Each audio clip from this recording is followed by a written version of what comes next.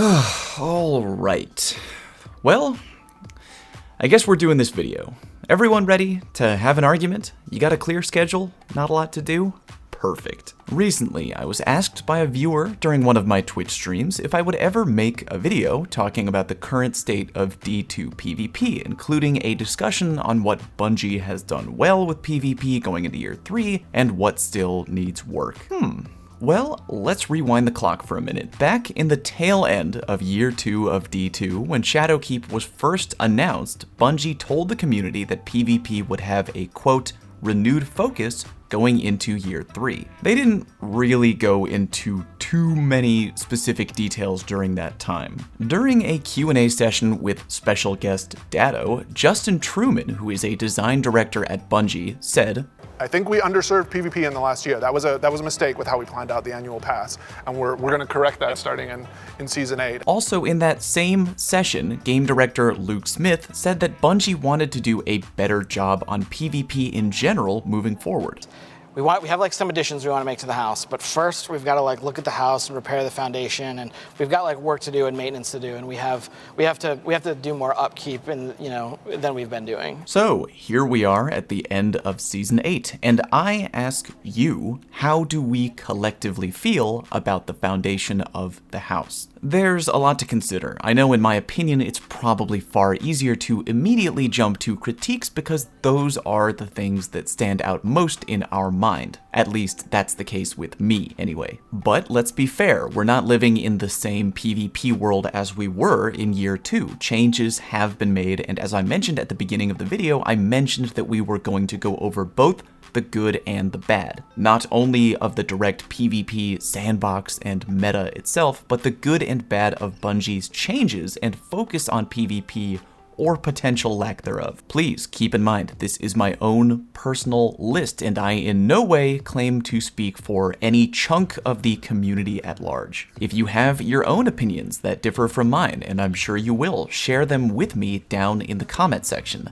Now let's get weird. Starting off, the good. First and foremost, as promised, supers were watered down. For a really long time, it would seem, there was a pretty resounding voice from the community at large that felt that supers in PvP were way too strong. Even unloading a full shotgun shot from a high-impact shotgun point blank and a melee only made the strongest roaming supers laugh before effectively pulling your intestines out through your beehole. It was a pretty overwhelming problem. In most situations, all you could do was simply run away from a super, unless your team was already in a perfect position to team shot. With Shadowkeep in year 3 PvP, super health has been greatly toned down, and while supers are still frightening, you have more options on your hands rather than to scramble like a headless chicken and run away. Next on the good list, the creation of a competitive playlist for solo players. For the most part, this has been a very well-received change by the community. We gotta face facts. Even though Destiny is a very social game at its core, there are a butt-ton of players out there who are just plain solo players. They will never step foot into a raid, maybe not because they're disinterested, but because they just don't have a group of 5 other friends who play. And on top of that, they don't care enough to go dumpster diving into the crazy waters of an LFG site. It's the same for PvP. Some people just like to play alone. And it's kind of discouraging when, as a solo player, you get put up against a full team each and every time. It was almost borderline impossible to hit Legend as a solo player, but this season I have seen tons of success on Twitter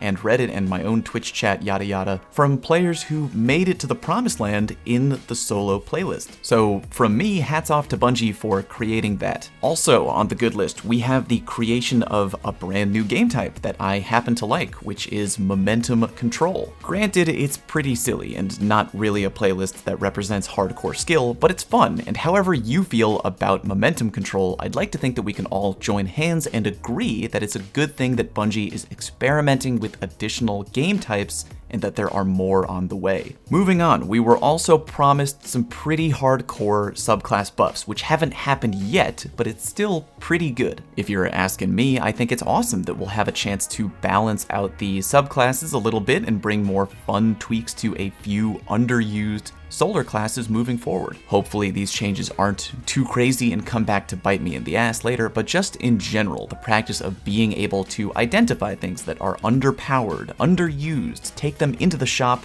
and fix them up so they're more fun and appealing in the sandbox. Great stuff all around. Next, and this is a very small, specific instance, but I want to bring it up anyway, there was a point during Season 8 where a few players discovered that a particular perk enhanced Ashes to assets when combined with everybody's favorite gun, the Telesto. It created a way for Guardians to instantly charge their supers to max in PvP. I found out about this myself, but decided to maybe not do a video on that because sharing that info to me would be like teaching a bunch of children who love running around with matches how to make their own gasoline. But regardless, the exploit spread like wildfire on Twitter, and I was convinced that PvP would be an absolute dumpster fire that weekend. But Bungie acted quickly and disabled the weapon indefinitely, meaning that if you were playing D2 PvP that weekend, you were unable to equip the Telesto. Why am I counting that as good? Well, I think it's nice that if something potentially game-breaking happens in the blink of an eye, that Bungie has the potential to immediately dive on that grenade for our behalf, even if they don't exactly know how they're going to fix it, they just know it's too dangerous and stupid to be left alone. Is it sad that I'm adding that to the good list when that's really what any company with a somewhat thriving player base should do? Maybe, but I'm putting it there, deal with it. Finally, and this kind of falls into the same vein, I've noticed that lately, Bungie seems to be taking more of an interest in the overall feedback of the player base. I mean, I know they've always done this, but at the very least, I feel like I'm seeing much more of it lately. And that could just be my experience, but again, it's nice to see surveys, polls, and posts asking for general feedback on the state of the game, and especially on the state of the PvP sandbox. Alrighty, now we're gonna shake those good vibes off like a dog shaking itself after coming into the house after a rainstorm. Let's take a deep breath and go over the bad list, aka things that I personally feel Bungie either made bad calls on or things that in general still need work. First and foremost, there are simply not enough enticing rewards on the table in PvP. I feel this is such a glaring issue that I could almost have it be the sole bullet point on my entire bad list and it would still carry some pretty good weight. I don't know about you, but here's how PvP went for me in Season 8. The season began, and I didn't dive into PvP right away because PvE had so much fresh new content. I was like a kid on Christmas morning. So I dove into that, and after a little time went by, I eventually went to PvP mainly because I wanted to chase the Randy's throwing knife, the PvP ritual weapon, formerly pinnacle weapon of the season. After acquiring my Randy's throwing knife, I almost completely tapped out of PvP. I did go back in every now and then for Iron Banner, which is something I'll touch on a little more in a minute. But anyway, I'd be willing to bet a lot of money that many other D2 players have a very identical PvP experience to mine in Season 8. Play PvP a little bit later until you get what you're after, be it the ritual weapon of the season or an Iron Banner pinnacle reward, and that's all she wrote. You punch out and you don't look back till much later, probably the new season. The problem, again, is that when there are so few rewards on the table for playing PvP, it creates big pockets where large chunks of the player base really couldn't care any less about Crucible. Now, in a perfect world, people of course would be playing PvP all the time because they really found it a 100% fun experience. And I'm sure those people exist by the dozen, but until we get to a point where the vast majority of the player base is playing because they legit love PvP, it's definitely a not bad idea to put out a ton of worthwhile rewards to encourage people to dive into the playlist more often. On that subject, let's talk about pinnacle rewards, aka a lot of players' endgame grind of Season 8. After you've gotten your new weapons, you chased your god rolls, you grabbed your ritual weapons, finished your exotic quests, well, what's left? Pretty much just pinnacle reward grinding, but you probably didn't start pinnacle grinding after doing everything else. You've probably been pinnacle grinding while doing all that other stuff I mentioned. It's important to keeping your power level high. You've probably been doing it on and off the entire season. PvE has a bunch of options on the table for pinnacle reward grinding. You've got the Garden of Salvation raid, you've got the Master Nightmare hunts, you've got the dungeon, you've got Master Nightfalls, not to mention that some of those previously mentioned activities not only give pinnacles, but other great endgame gear like Ascendant Shards and Prisms. Let's compare that to PvP. Looking for pinnacles? You have Iron Banner, and that's it. Also, all the PvE activities I mentioned previously that grant pinnacles, those rewards get refreshed every single week. Compare that to PvP, and Iron Banner isn't even around most weeks, so for the vast majority of the time, pinnacles aren't even available to chase in PvP. Also, I'd probably rather get kicked directly in my yam bag by a steel-tipped boot than play Iron Banner, but that's a different story. Solo Iron Banner playlist when, Bungie. Anyway, if you compare both avenues, PvE and PvP, it's essentially a no-contest pick between which activity is more overall rewarding to your character's in-game progression. Why? I'd like to think it's pretty understood that there are a great deal of players out there who only enjoy PvE activities and don't really care at all about PvP, and that's fine. But what about the opposite though? There are absolutely a bunch of players out there who genuinely like playing PvP more than PvE, and they super don't really care that much about playing PvE. Shouldn't that be fine too? I don't really care how it potentially gets worked out, but there should absolutely be more carrots on a stick to chase in PvP. Let's take it one step further. Let's talk about non-essential rewards that you could add to PvP. How about more titles? There are so many more titles tied to PvE than there are to PvP.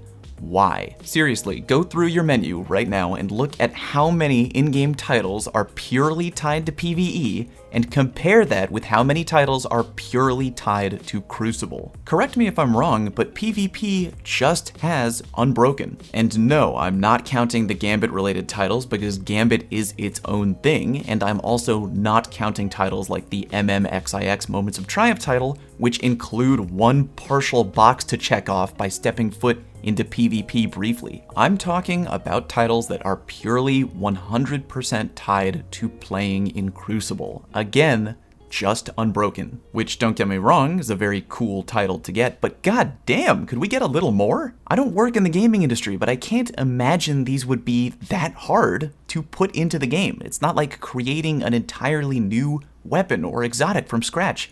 These are just in-game milestones that we center around certain accomplishments. And the best part about cosmetic rewards is that even though they don't really matter for the overall progression of your Guardian, people love to chase them. I got the Unbroken title with my fiancé, and we dragged ourselves through miles of mud, pain, and an overused meta to get our Unbroken titles. But we still did it. What I'm trying to say is that people are crazy, and if you give them any kind of carrot on a stick to chase, they will likely chase it no matter how long the grind is. Again, even if it's purely cosmetic, so why not give more to the one part of your game that sorely needs more? How about even more unique PvP related emblems, and not just ones for those of us out there who suffered through excruciatingly terrible PvP metas? And I know we already have a good handful, but please, let's make more and add some fun new designs. Please don't have half a dozen variations of one emblem, aka that sideways sword. Let's go overboard with this stuff. Take a note from those crazies over in the Call of Duty community. Those people go gaga for unique emblems, and we're no different. Give us more things to push for. I really could go on, but I think you get what I'm driving at here. The PvP player base at large needs more carrots on a stick to chase, whether that be in-game loot that's actually beneficial to endgame, outside of a semi-routine special PvP game type that is, or fun cosmetic rewards that just make players feel accomplished and warm and fuzzy inside. Whew. Okay, moving on. Next on the bad list, technical problems. I know, this isn't exactly a new complaint, but it's still worth mentioning. It's 2019, and we are still dealing with things like DDoSing, like cheaters, like playing on a peer-to-peer system in 2019. And I'll be fair, it's not like Bungie can pull a gigantic lever out of nowhere, stop D2 dead in its tracks and say, hey gang, good news, we're going to randomly introduce dedicated servers in year 3. That's probably more of a thing for whenever D3 decides to pop up down the line. It still really sucks though that sometimes you roll into a game of PvP only to face off against some dickless jabroni teleporting around the map at Mach 6 because he's decided that year 3 is Year of the Cheater. Next up on the bad list, very slow reactions to overwhelming community feedback. Remember earlier when I mentioned Bungie 86ing the Telesto for that stupid overpowered super glitch? One of the reasons I was so happy about how quickly they reacted to that is because historically Bungie has been fairly slow at reacting to changing a lot of other things that the community at large is very vocal about. The overall strength of roaming supers in year 2, the recluse on PC, the one-eyed mask, these are all things that I would say the majority of the community has been asking for changes on, and to be fair, I'm glad they are being delivered. Honestly, thanks to Bungie for giving us what we're asking for, but it almost feels like if you call up a pizza place because you're hungry, and they tell you your large pepperoni is out for delivery and it'll show up sometime in the next 2 months. Again, I don't work in the land of video game development, so I really can't comment on how long these things, quote, should take, because the honest answer is that I have no clue. Who knows, maybe they're doing it as fast as humanly possible, but man, it feels like it takes ages, and I wish there was some way that specific things in the meta could be addressed quicker in terms of sandbox adjusting. The last major bullet point I want to talk about on the bad list, the inclusion of artifact perks in PvP, specifically the competitive playlist. Let's take this one from the top. Bungie's overall inclusion of the seasonal artifact starting in year 3, in my opinion, is an awesome idea. I love the concept of having unique perks that come into play for just one season. It's a grab bag of potentially really cool things, and it's fun to have the PvP and parts of the PvP meta shaken up with new options. Let's also be clear, regarding non-ranked PvP playlists, I want to keep Destiny weird and goofy the way it is. Yes, sometimes the meta is strange, sometimes there are corny one-hit kill options and corny weapons and corny loadouts, but that's all part of what makes Destiny Destiny. These options from the artifact that so drastically change up the PvP meta though should probably not be available in the competitive playlists. Having the ability to run around the map straight up one-punching people with arc melees is absurd. The competitive playlist should be, at least if you're asking me, the least silly thing on the PvP menu, and if you disagree with me, that's fine, everyone has their own opinion. But I would strongly advise that for future seasons, you do not turn on the artifact abilities in ranked PvP. Leave that for regular control, regular unranked game types, so we can keep Destiny fun and weird the way it should be. Not ranked, though. That's pretty much it. I'm sure there are a bunch of people out there who have very specific problems with the meta, i.e. nerf this specific gun, or nerf this specific class. That stuff is kind of up in the air to me, so whatever opinions you might have, again, share them down below in the comment section. There's 2 other things that I could touch on that are also sort of up in the air. The debate over skill-based matchmaking versus connection-based matchmaking, but I want to talk about that like I want a gigantic hole in my head. Also, there's the subject of competitive rank now being, quote, too easy, end quote, a very hot topic being discussed right now, which I sort of haven't really figured out my overall stance on yet. I've seen a lot of people completely blast through to Legend this season, which on one hand is fantastic because I want people to get their rewards that they never thought they would get, i.e. the not forgotten hand cannon. But on the downside, if people are tearing through the comp grind from rank 0 to 5500 in one weekend, it means that more people are going to simply abandon the playlist once they cross the finish line. And that's it, sort of my whole feeling on the current state of PvP as we wind down Season 8. And for the record, I'm sorry this video is so complainy. Believe it or not, I actually don't like complaining, even though I can do it pretty damn easily. Also, for the record, I still love D2 PvP. I think overall the game is in a very good spot, but like the fellas at Bungie have said, live on camera, PvP needs work. It needs tuning. We have not yet made all the necessary adjustments to the foundation of the house. The house ain't burned down to a pile of ash, far from it. It's just leaning to one side pretty noticeably. It's off balance, and people would much rather go across the street to other, much more polished and beautiful houses named PvE. So, you know the drill. If you have strong thoughts on PvP one way or the other, please share them with me down below in the comment section. Do you love it right now? Do you think it's perfect? Do you think it's way off course? What do you want to see? What do you want to see done or not done to PvP in Season 9? If you like this video, please click on the like button and subscribe for more non-complainy content, which I usually deliver. Thank you very much for watching, and I'll see you next time.